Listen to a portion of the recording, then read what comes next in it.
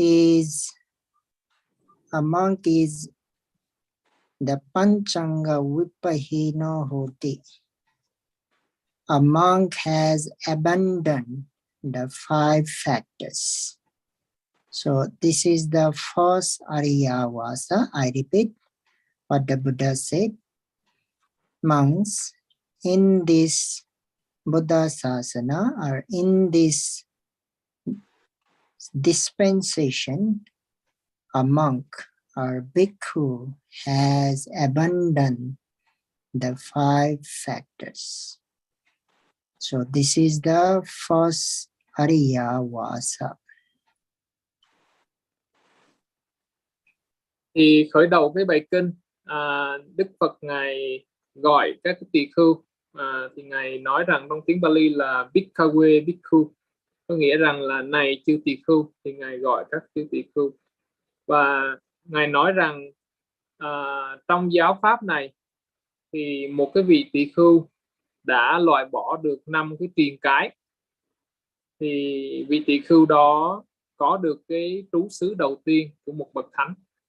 Thì ở đây một vị tỳ khưu cũng có nghĩa là một vị sư, và Đức Phật Ngài nêu đích danh là một cái vị tỳ khưu trong cái giáo pháp của Ngài mà khi đã loại bỏ được 5 cái triền cái, là 5 cái pháp chướng ngại của tâm, thì cái vị đó là thành tựu được cái trú xứ đầu tiên của một bậc thánh.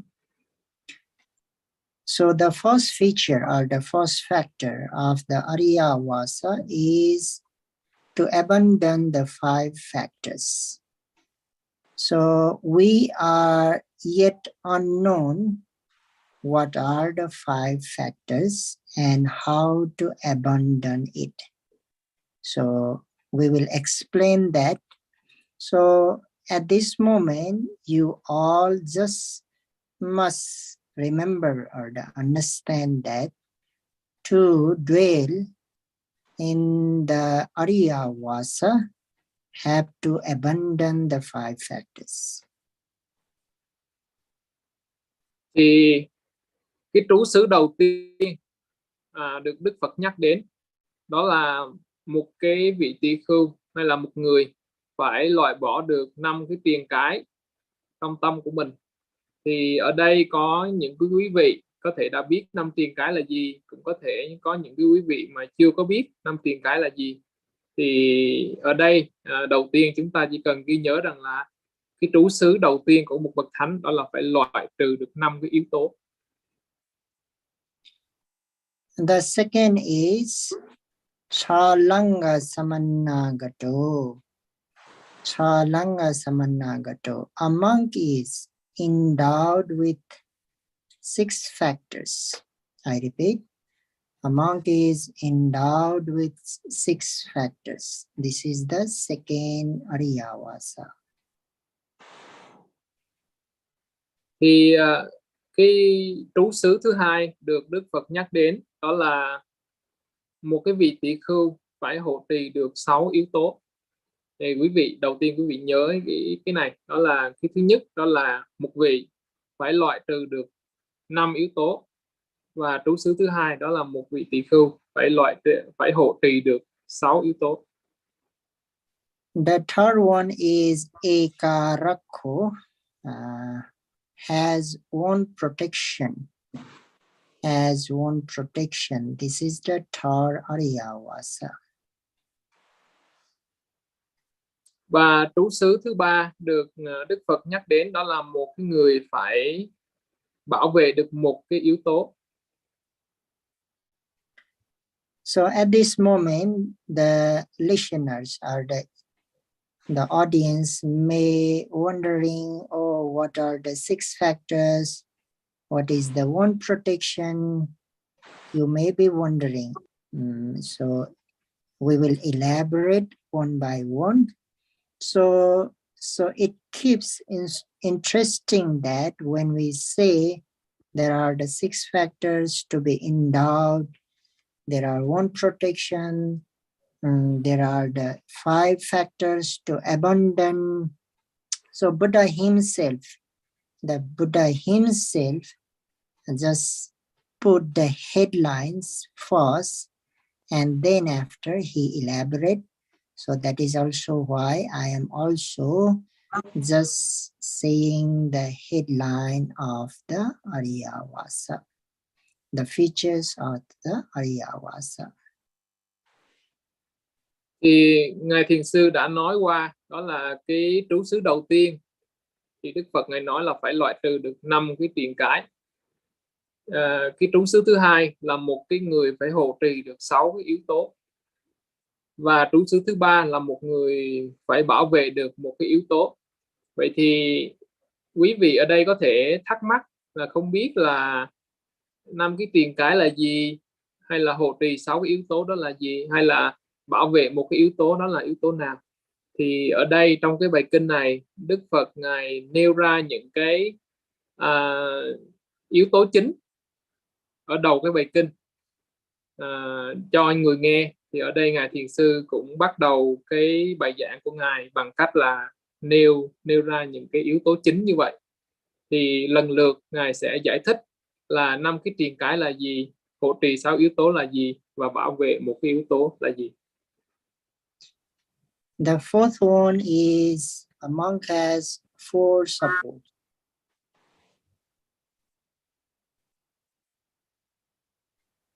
Sorry, Bante, can you repeat? The fourth one is a monk has 4 supports. Và cái trú xứ thứ tư đó là một người phải có được 4 cái sự hỗ trợ. The fifth one is has abandoned the factional or the individual truth.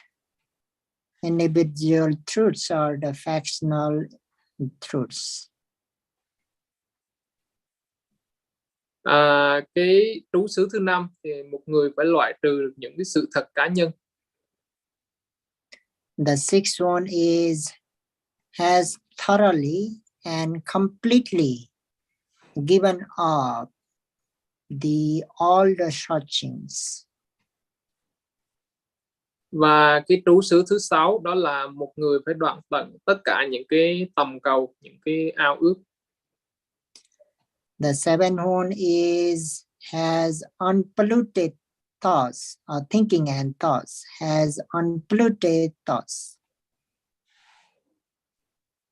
Và cái trú xứ thứ 7 đó là một người cần phải có cái tư duy không có dơ bẩn. The eighth one is calm, the in-breath and the out-breath. So this is the direct meaning. So indirectly, it means a monk has endowed with the fourth jhana, the fourth absorption. Và cái trú xứ thứ 8 đó là vị đó phải khinh an được cái hơi thở vào và hơi thở ra, hay là có thể khinh an được cái tâm hành. Và điều này cũng được ngài thiền sư giải thích rằng cái vị này phải chứng được các cái thiền chứng, mà cụ thể đó là tứ thiền. The ninth one is a monk is free. Monk has the free mind. Free mind means free from the defilements. The mind which is free from defilements. And the last one is a monk has knowledge which knows the mind free, the free mind. Cái trú xứ thứ 8 được Đức Phật nhắc đến đó là một vị tỷ kheo phải có tâm tư tự do, thoát khỏi những cái ràng buộc, trói buộc của phiền não. Và trú xứ cuối cùng đó là một vị tỷ kheo phải có trí tuệ về sự giải thoát. So I do know that the listeners, the audience is not clear about these 10 aspects or the features of the Ariyavasa yet. You haven't yet understand any of them. But I believe that when I will try to explain one by one, it will be clear for you. Thì ngài nói là khi mà quý vị chỉ mới nghe qua những cái tiêu đề được Đức Phật nhắc đến trong bài kinh thì có thể quý vị chưa có rõ ràng, chưa có hiểu rõ được và còn nhiều cái thắc mắc.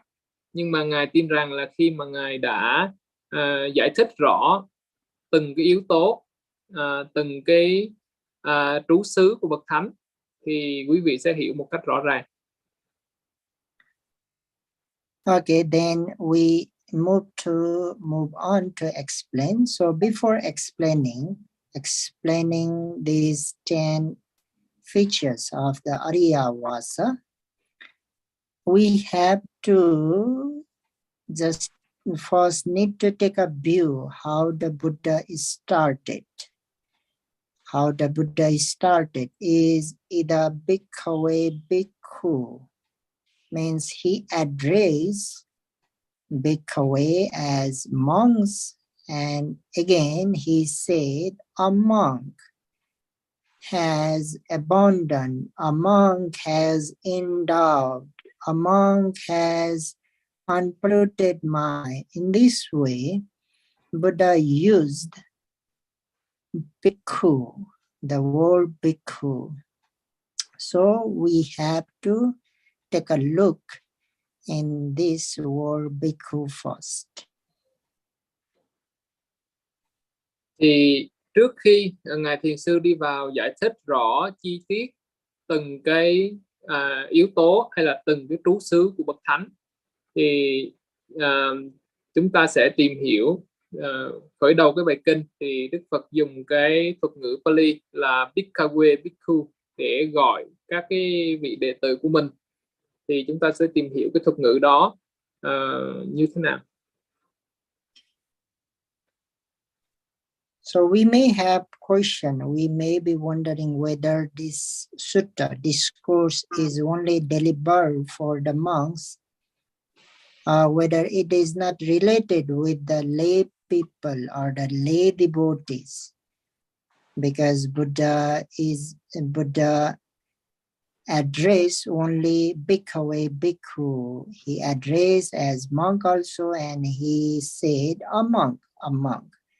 Who has own protection, who has abundant 5 factors. In that way, he just addressed the monks. So we may wonder whether this discourse is not related, only related to the monks, or also related to the lay devotees as well. Thì trong cái thuật ngữ này, Đức Phật ngài chỉ đích danh tới các cái vị tỳ khưu hay là các cái vị sư. Ngài nói rằng này chư tỳ khưu hay là này các cái vị sư. Thì khởi đầu cái bài kinh đó, thì ngài đề cập, ngài nói tới các cái vị tỳ khưu. Thì quý vị có thể thắc mắc rằng vậy cái bài kinh này chỉ dành cho các vị tỳ khưu thôi hay sao? Còn các cái vị khác thì sao? Các vị cư sĩ thì sao? Thì quý vị có thể thắc mắc như vậy.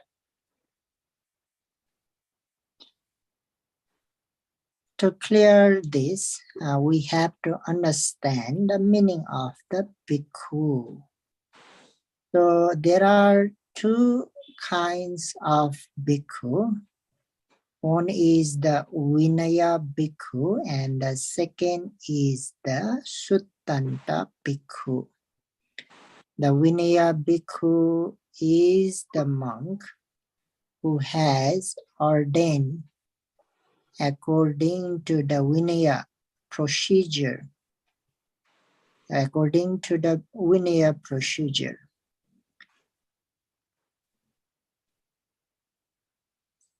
Thì ở đây để tìm hiểu điều này, chúng ta cần phải hiểu được cái thuật ngữ bhikkhu được Đức Phật sử dụng. Thì thực ra thì có hai dạng bhikkhu, là 2 cái dạng tỳ khưu.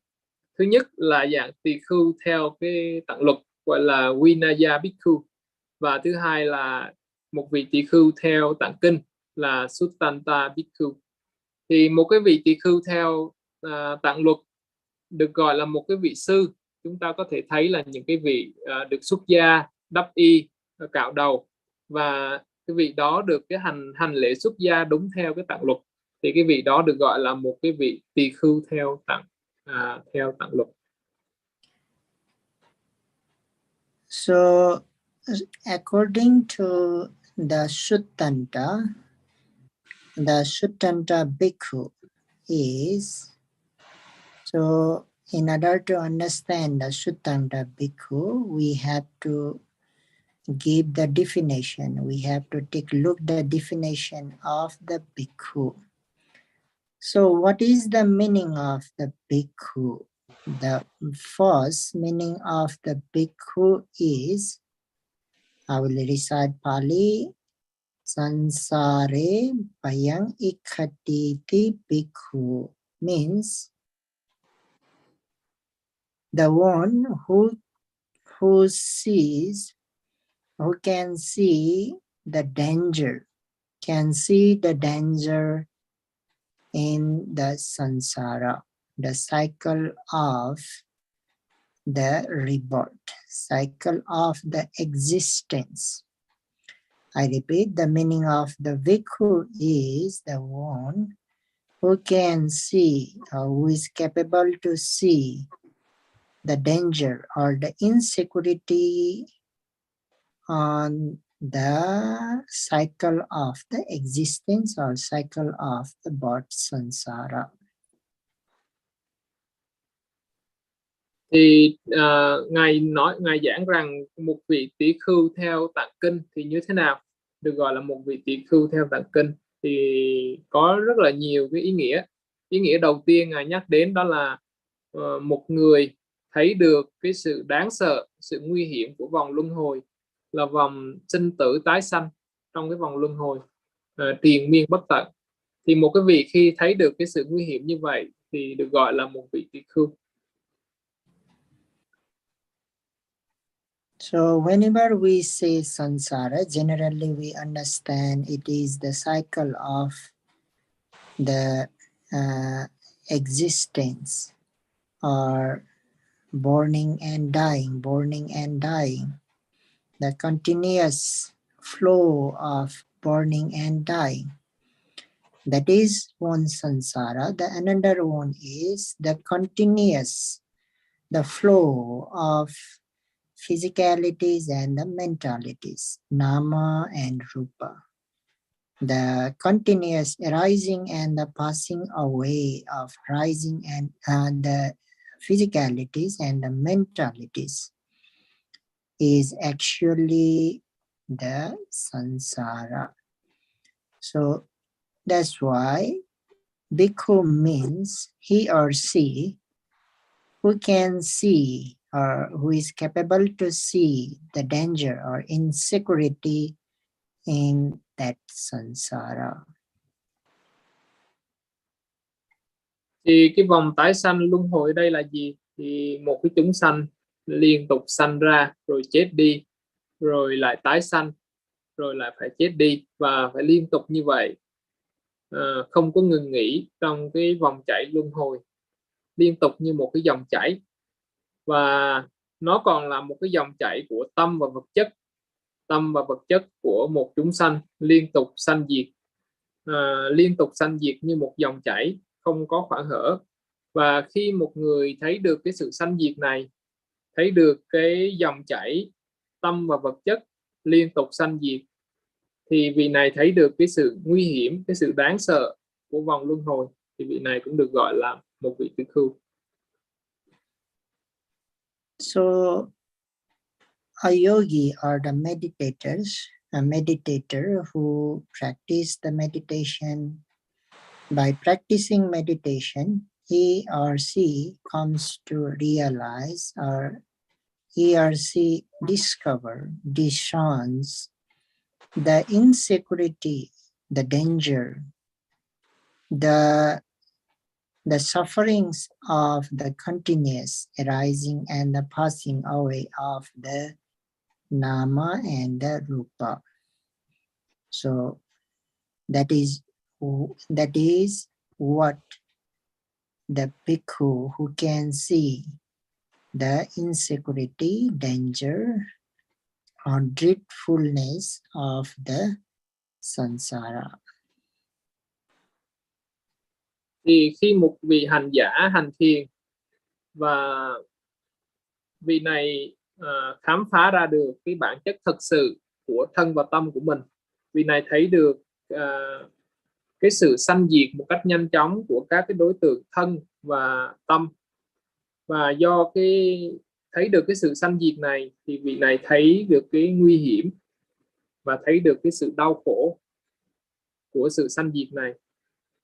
Thì đó là điều mà được nhắc đến ở đây, đó là một vị tỳ khưu thấy được cái sự nguy hiểm của vòng luân hồi.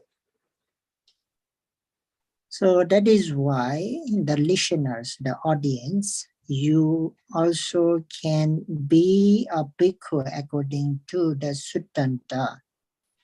If you practice meditation, and by practicing meditation, when you become capable to see the insecurity, the danger, the dreadfulness, the horrible thing of the nama and the rupa by practicing meditation, then you also become a bhikkhu. That is the first meaning of the bhikkhu. Thì Ngài nói rằng dù quý vị ở trong hình tướng của một vị cư sĩ, nhưng nếu quý vị nỗ lực hành thiền và quý vị khám phá ra được cái bản chất thực sự của thân và tâm của mình, là thấy được cái sự sinh diệt, thì lúc đó quý vị cũng trở thành được một vị tỳ khưu theo cái tạng kinh. Dù trong cái hình tướng là quý vị là một cái người cư sĩ, nhưng mà theo cái tạng kinh thì quý vị cũng được gọi là một vị tỳ khưu.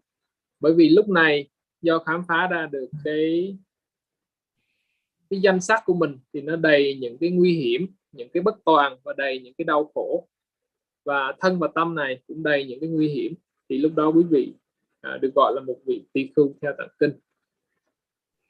So raise your hands who want to be a bhikkhu. Thì Ngài nói rằng nếu mà quý vị ở đây này, ai mà muốn trở thành một cái vị tỳ khưu á, thì mình hãy giơ tay lên. You don't need to shave your head. You don't need to wear the robes. You can just be staying at home. Thì Ngài nói là để trở thành một cái vị tỳ khưu theo tạng kinh á, thì quý vị cũng không cần phải mặc đắp y, không cần phải cạo đầu, mình chỉ cần ở nhà thôi, mình cũng có thể trở thành một cái vị tỳ khưu được.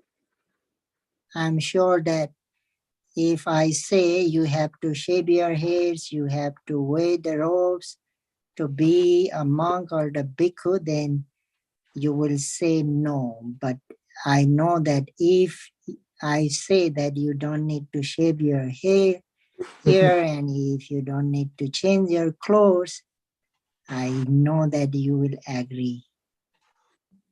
Ngài nói là Ngài biết rằng nếu mà bây giờ Ngài kêu quý vị á, là hãy cạo đầu đi rồi đắp y đi trở thành một cái vị sư theo Ngài, thì quý vị có thể từ chối. Nhưng mà nếu mà Ngài nói rằng cứ mặc áo quần như vậy, không cần phải cạo đầu mà cũng có thể trở thành một vị tỳ khưu được, thì có thể quý vị sẽ đồng ý. So to be the bhikkhu monk according to the Suttanta, so what we need to do is we have to practice meditation. Without practice meditation, we cannot see the flaw, the insecurity of the suffering fullness of the nama rupa, the danger of the nama rupa. It is impossible to see by just reading, by just listening. It is impossible. The possible way is to practice meditation. So by practicing meditation, we can see the insecurity, the danger of the nama and rupa. And when we come to see the insecurity, the danger of the continuous arising of the physicalities and the mentalities, then we become a monk, bhikkhu. Thì để mà để mà thấy được cái sự nguy hiểm của thân và tâm này, để trở thành một cái vị tỷ khưu theo tạng kinh, thì cách duy nhất là quý vị phải hành thiền. Bởi vì chỉ có hành thiền thì quý vị mới có thể khám phá ra cái sự thật của thân và tâm, mới có thể thấy được cái sự nguy hiểm, cái sự bất toàn của thân và tâm. Thì hành thiền đó là cái con đường duy nhất, chúng ta phải bước vào cái sự thực hành. Nếu mà chỉ có đọc sách và nghe thôi thì chắc chắn là không thể nào mà thấy được, cái sự nguy hiểm của thân và tâm của mình, không thể nào thực chứng và kinh nghiệm được những cái điều này. Và để mà trở thành một cái vị tỳ khưu theo tạng kinh thì cách duy nhất đó là phải thực hành thiền. There is another meaning of the bhikkhu, and there is again another way to be bhikkhu for the audience. That is, the second one is, I recite the Pali, kilese bindati ti bhikkhu, meaning who destroys the kilesas is a bhikkhu. Và một cái ý nghĩa khác về một vị tỷ khưu theo tạng kinh, đó là vị tỷ khưu là người đã loại trừ được những cái phiền não.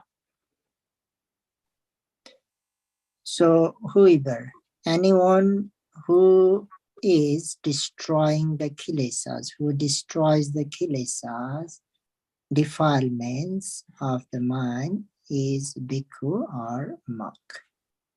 So if the audience, the listeners, the devotees, if you are destroying the kilesas by practicing sila, samadhi and panya wisdom, sila morality, samadhi concentration, and wisdom knowledge, then you also could be a bhikkhu monk.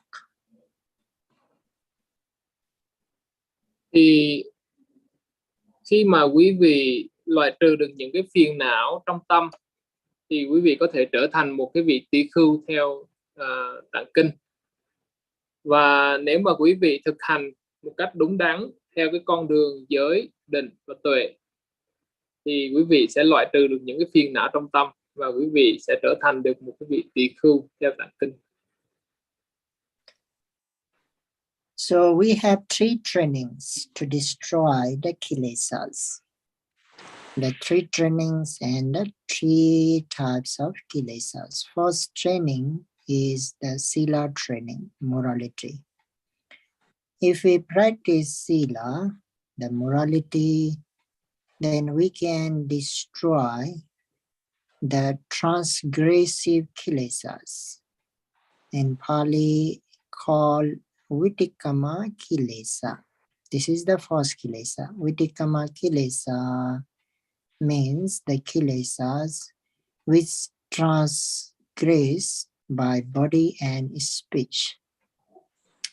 So by controlling body and speech, by undertaking, by practicing the sila, morality, we can control our body and speech.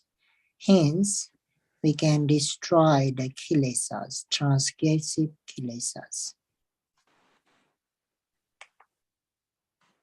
Thì Đức Phật Ngài dạy cho chúng ta 3 cái học pháp. Thứ nhất đó là giới học, thứ hai là định học và thứ ba là tuệ học. Thì trong phần đầu tiên là giới học thì giới có khả năng loại trừ được những cái phiền não thô tháo. Phiền não thô tháo trong tiếng Pali được gọi là Vitikama kilesa, có nghĩa là những cái phiền não mà nó thể hiện qua thân và khẩu, có nghĩa là những cái hành động và những cái lời nói sai trái của mình. Thì khi chúng ta cố gắng kiểm soát những cái hành động và những cái lời nói của mình cho được đúng đắn thì lúc này chúng ta đang thực hành giữ giới. Và khi thực hành giữ giới như vậy thì một người loại trừ được những cái phiền não thô tháo, thân và khẩu người đó được trong sáng và dễ thương. Minimum at least 5 precepts. Compulsory, we have to practice the 5 precepts in order to be a genuine human. So we do know that if we are not practicing at least 5 precepts, then we are not genuine human. If you are killing, if you are stealing, if you are committing the sexual misconduct, if you are lying, slandering, speaking the harsh speeches, if you are taking intoxicant, then by behavior, by action, we are not the genuine human. By only the appearance, we are said to be human. So to be a genuine human, Buddha said we at least need to practice the 5 precepts. And if we are practicing minimum the 5 precepts, then we are dispelling the, destroying the transgressive kilesas, and so do you become a Sila Bhikkhu. Sila Bhikkhu means the Bhikkhu who is destroying kilesas by practicing Sila. Thì Ngài nói rằng về cái giới học này thì quý vị phải giữ được tối thiểu là 5 giới. 5 giới trong cái đầu tiên mà chúng ta vừa thọ trì. Và khi mà quý vị giữ được 5 giới á, thì quý vị trở thành một con người đúng nghĩa. Bởi vì một người khi mà không giữ được 5 cái giới này thì cái người đó giết hại những cái chúng sanh khác, nói dối, nói lời thô ác, nói lời chia rẽ, nói lời nhảm nhí, tà hạnh trong các cái dục lạc, và trộm cắp, rồi uống rượu bia và các chất say. Thì một cái người như vậy thì không phải là một cái con người thực sự. Một cái con người thực sự phải giữ được 5 cái phẩm hành đạo đức, gọi là 5 giới. Thì khi mà quý vị giữ được trọn vẹn 5 cái giới học này thì quý vị trở thành một cái con người đúng nghĩa theo lời Đức Phật dạy. Và khi mà mình giữ giới một cách trọn vẹn như vậy thì mình trở thành một cái vị được gọi là Sila Bhikkhu, có nghĩa là một cái giới tỳ khưu, một cái vị tỳ khưu thành tựu được tỳ khưu do cái việc giữ giới của mình. And there is second training is samadhi training, concentration training. And when we practice the concentration training by practicing meditation, we can destroy, we can abandon the obsessive kilesas. Obsessive kilesas in Pali, pariyuttana kilesa. Pariyuttana kilesa means the kilesas which are arising in our mind. Bodily, verbally, they are not transgressing, they are not committing anything, but mentally, like we are thinking, we are like planning. Bodily, by speech, we are not doing anything, but still we want to kill, we want to steal, we want to commit the sexual misconduct, we want to lie, slander, we want to speak harshly, we still want to take intoxicant, we want to harm others, we want to have revenge. In that way, there are still many things running in our mind due to the pariyuttana kilesas, obsessive kilesas. So in order to abandon those kilesas, what we need to practice is samadhi training or concentration training. By concentration training, we can abandon those pariyuttana kilesas, obsessive kilesas. And when we practice samadhi concentration, and abandon the obsessive kilesas, then again we become bhikkhu, that is samadhi bhikkhu. Thì Ngài nói là cái pháp học thứ hai được Đức Phật Ngài chỉ dạy đó là samadhi, đó là định học. Thì chúng ta phát triển định học thông qua cái việc hành thiền. Thì Ngài giảng rằng dù chúng ta có những cái hành động và những cái lời nói nó trong sạch thông qua cái việc giữ giới, tuy nhiên cái việc giữ giới nó không có giúp cho chúng ta có được một cái tâm nó hoàn toàn trong sạch. Bởi vì dù chúng ta giữ giới trong sạch nhưng mà những cái tư tưởng trong tâm nó vẫn sanh khởi lên, là những cái phiền não tư tưởng. Thì những cái phiền não tư tưởng này trong tiếng Pali gọi là pariyuttana kilesa, có nghĩa là những cái phiền não mà nó sanh lên ở trong tâm. Thì những cái phiền não sanh lên trong tâm này thì giới không thể loại trừ, không có khả năng loại trừ được, mà phải thông qua định. Thì dù một cái người giữ giới được trong sạch, tuy nhiên tâm ý của người đó vẫn có những cái ý tưởng dơ bẩn, chẳng hạn như có những cái ý muốn làm những cái việc xấu, có những cái dự định làm những việc xấu, có ý muốn trộm cắp, có ý muốn sát sanh, có dự định nói những cái lời thô ác, chửi bới, hay là có dự định nói lời chia rẽ, có dự định tà hành, chẳng hạn như vậy. Hoặc là ước muốn trả thù, có cái sự thù hận người này người kia. Thì khi mà tâm ý không trong sạch như vậy thì những cái loại phiền não này chỉ được loại trừ thông qua định học. Và khi mà quý vị phát triển định tâm thông qua cái việc hành thiền thì những cái phiền não tư tưởng này nó được loại trừ một cách hoàn toàn. Và khi phát triển được định tâm thông qua định học thì quý vị được gọi là một cái vị samadhi bhikkhu, có nghĩa là một vị tỳ khưu thành tựu nhờ định. The third training is panya training, wisdom or knowledge training. This is not the knowledge or the wisdom that we gain by listening, by reading, by hearsay. Absolutely not. This is the knowledge that we develop or gain by practicing the vipassana meditation. When we practice vipassana meditation, as the concentration develops, then the knowledge, inside knowledge develops. So this is the third one, the panya sikha, the knowledge wisdom training. As we develop the wisdom by practicing vipassana meditation, we destroy the anusaya kilesa, the latent kilesas.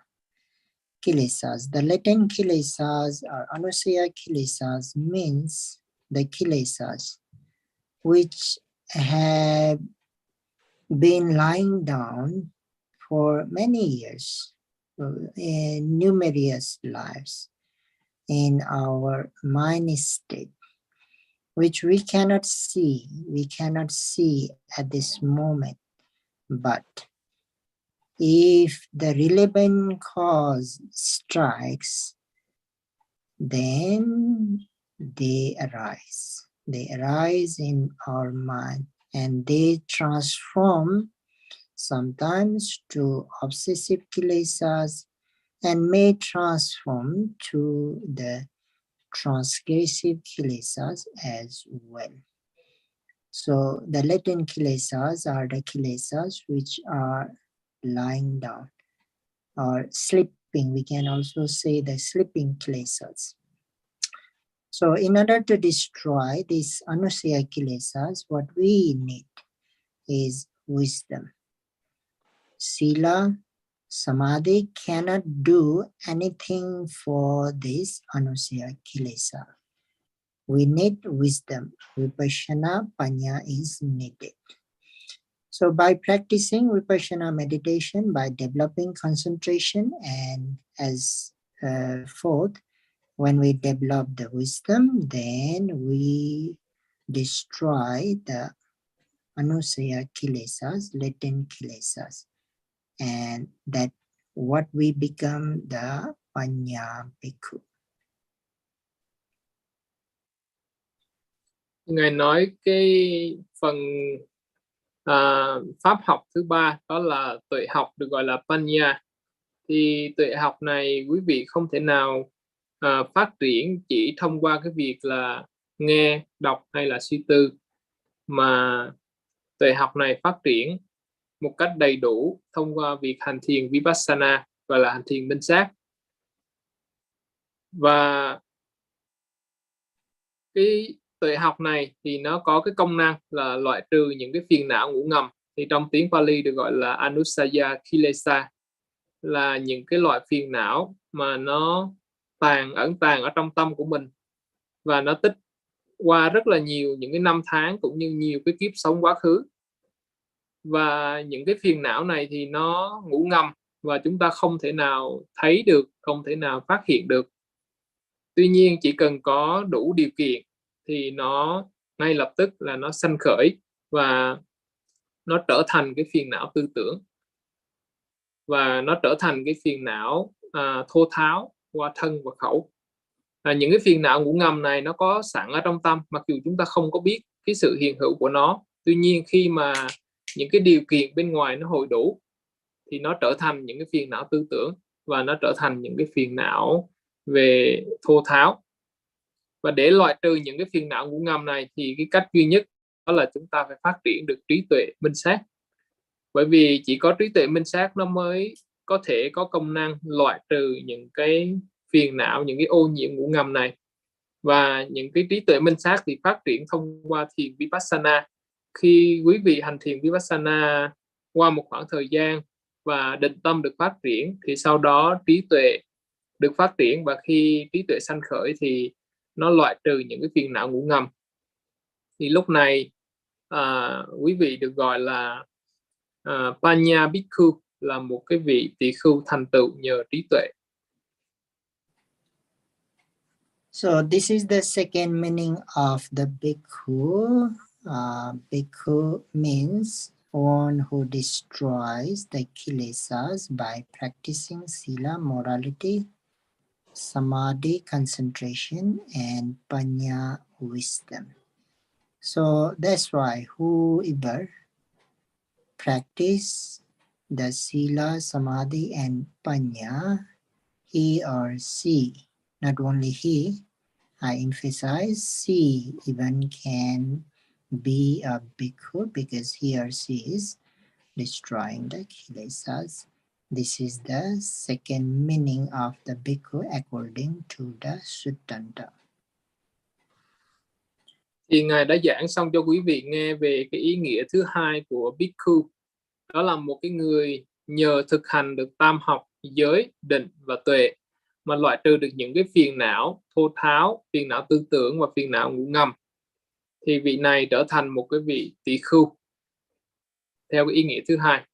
Và cái ý nghĩa thứ nhất đó là một cái vị mà thấy được cái sự nguy hiểm của vòng luân hồi. Thì Ngài nói rằng trong hai cái ý nghĩa này thì không có phân biệt là một cái người nam hay một cái người nữ.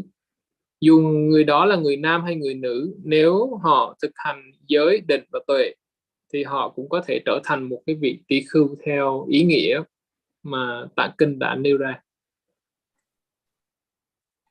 So when Buddha was delivering this Arya-vasa Sutta, audience were listeners were not only the monks. There were, of course, devotees also, lay male and female devotees also. So why Buddha just addressed the bhikkhu is because all the listeners or the audience are the devotees who are practicing the Dhamma. They were practicing the Sila, Samadhi, and Panya. Hence, they all are said to be bhikkhu. That is why Buddha addressed bhikkhave bhikkhu. Thì Ngài giảng rằng khi Đức Phật Ngài giảng cái bài pháp này là Ariyawasa, thì cái bài pháp này thính chúng lúc này không chỉ có các vị tỳ khưu mà thôi, mà lúc này còn có các cái vị tỳ khưu ni, còn có các cái vị cư sĩ nam và cư sĩ nữ. Tuy nhiên khi mở đầu bài kinh thì ngài Đức Phật Ngài chỉ nói rằng là này chư tỳ khưu, thì Đức Phật không chỉ nói đến các vị tỳ khưu mà thôi, mà ngài đang nói đến tất cả các cái vị đệ tử của mình, bao gồm cả tỳ khưu ni, cư sĩ nam và cư sĩ nữ, bởi vì tất cả họ đều thực hành theo giáo pháp, tất cả đều thực hành theo giới định tuệ, và lúc đó thì tất cả đều là các vị tỳ khưu theo cái ý nghĩa mà ngài đã giảng cho quý vị. Not only at the time of the Buddha, when Buddha was delivering this discourse, but after that also, whoever listens this talk, whoever reading this talk with full devotion, who is very devoted to practice the teachings of the Buddha. So we can say that Buddha is addressing or pointing all of them. That means if now you are listening and like a reading with full devotion this Ariyawasa Sutta, then that means Buddha is addressing to you as well as bhikkhu, if you are also practicing the Sila, Samadhi and the Panya trainings.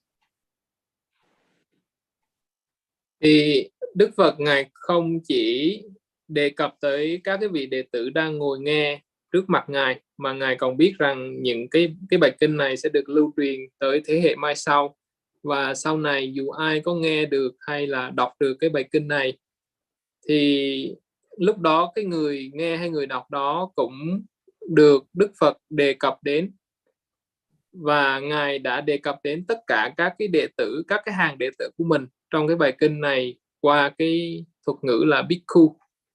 Thì bất cứ ai thực hành theo giáo pháp, bất cứ ai thực hành theo cái con đường giới định tuệ thì người đó cũng được gọi là bhikkhu. Thì quý vị ở đây cũng vậy, nếu quý vị đang thực hành theo cái con đường giới định tuệ thì quý vị cũng được gọi là một vị bhikkhu, và Đức Phật Ngài cũng đã đề cập tới quý vị, kêu gọi tới quý vị ngay trong cái bài kinh này.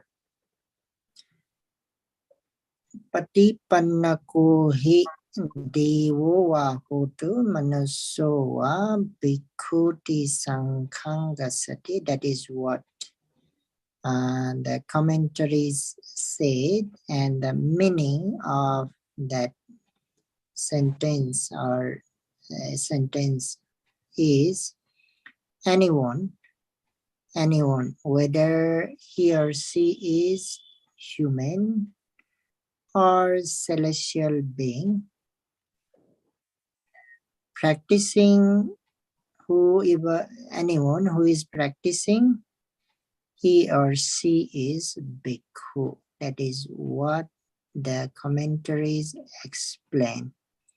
So meaning whoever, anyone, whether male or female, whether human or celestial, devas, if practicing Sila, Samadhi and Panya, then he or she is said to be bhikkhu. Thì Ngài vừa đọc cho chúng ta nghe một cái đoạn kinh Pali, thì Ngài dịch nghĩa đó là bất cứ ai, dù là người nam hay người nữ, dù là loài người hay chư thiên, nếu mà người đó thực hành theo giáo pháp, thực hành giới định tuệ thì người đó được gọi là một vị tỳ khưu.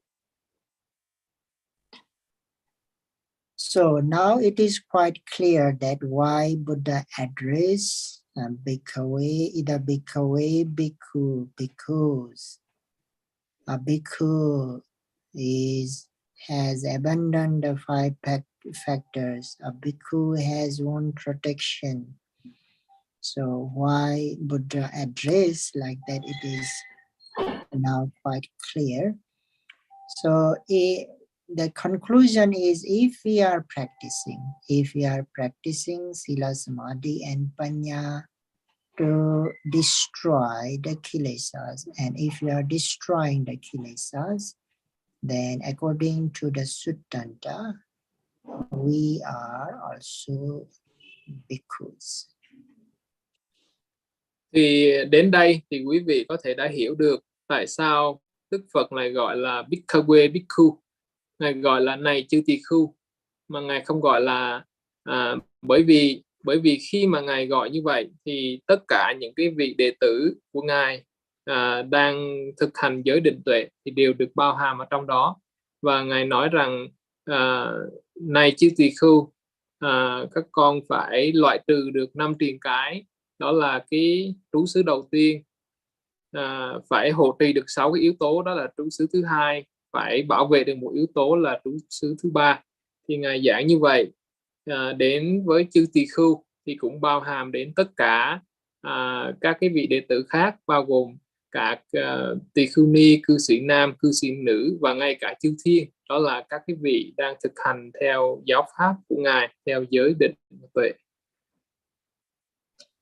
Here, one thing I must say that the second reason why the Buddha address as Bhikkhawe Bhikkhu means because the main audience of the Buddha, whenever he delivers the talk, is the bhikkhu, the monks. That is also why whenever Buddha delivers the talk, he addressed the bhikkhu. This is the second reason of addressing Bhikkhawe Bhikkhu. Và Ngài nói cái lý do thứ hai mà Đức Phật Ngài gọi là Bhikkhawe Bhikkhu, này chư tỳ khưu, bởi vì trong những cái buổi giảng pháp của Ngài thì cái số lượng thính chúng đông đảo nhất và chủ yếu đó là các cái vị tỷ khưu. Đó là lý do thứ hai. Okay, so let's conclude for today's talk. So if we are destroying the kilesas, like if we cannot be the Vinaya Bhikkhu, if we cannot renounce the house, if we cannot go the monastery to be a monk or to be novice or nuns, then at least what we need to do is we have to practice sila, morality, samadhi, concentration, and panya, wisdom, by staying at home as possible as we can. So if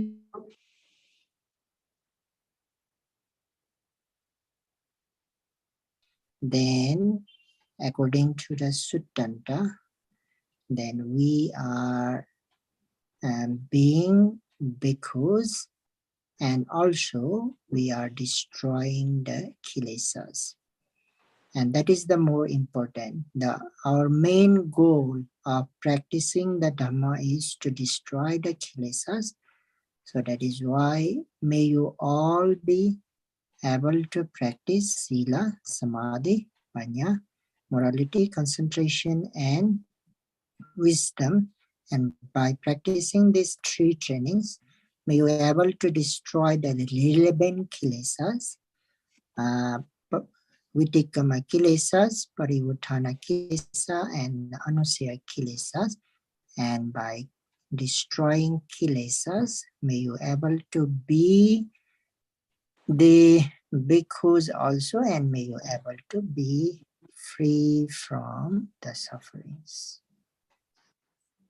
Sadhu, sadhu, sadhu.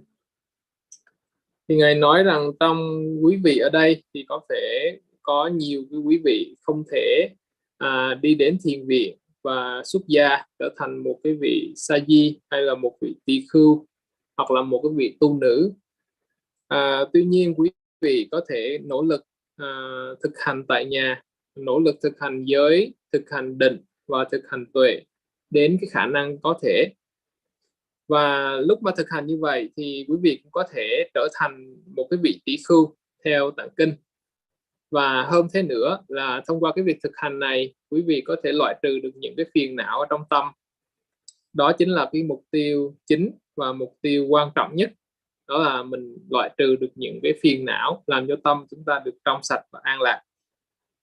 Thì cuối cái buổi pháp thoại, Ngài cầu chúc cho tất cả quý vị có thể thực tập được tam học mà Đức Phật chỉ dạy, đó là giới học, định học và tuệ học.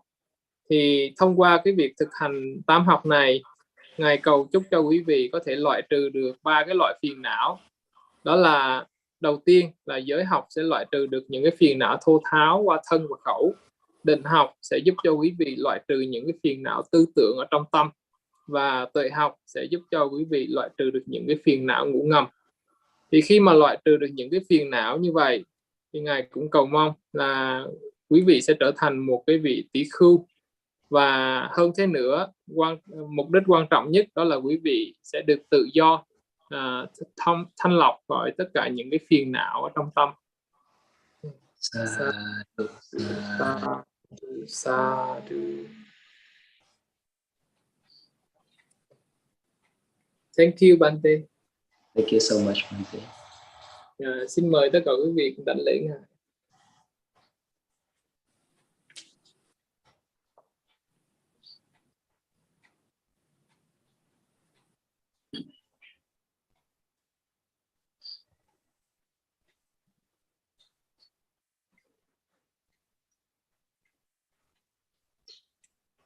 Thank you. Sadhu, sadhu, sadhu. May you all be able to, may you all be always happy and free from sufferings, mental and physical sufferings. Ngài cầu chúc tất cả quý vị đều được sức khỏe, hạnh phúc và an vui. Hạnh phúc, sức khỏe về thân, hạnh phúc về tâm. Sadhu, sadhu, sadhu, sadhu. Thank you so much today. Okay, then see you tomorrow. Yes, Bante. Vâng, chúng con thành kính tri ân Ngài Thiền sư Nyanavudha. Cảm ơn bạn Đạt cũng như ban tổ chức và toàn thể quý đại chúng. Nguyện chúc quý vị được an vui, được hạnh phúc, được tấn hóa và sớm chứng ngộ niết bàn. Xin hẹn gặp lại quý vị vào ngày mai, chúng ta sẽ có buổi thiền chung cùng với Ngài, và ngày kia sẽ là buổi thuyết pháp. Vâng, xin chào tất cả quý vị ạ.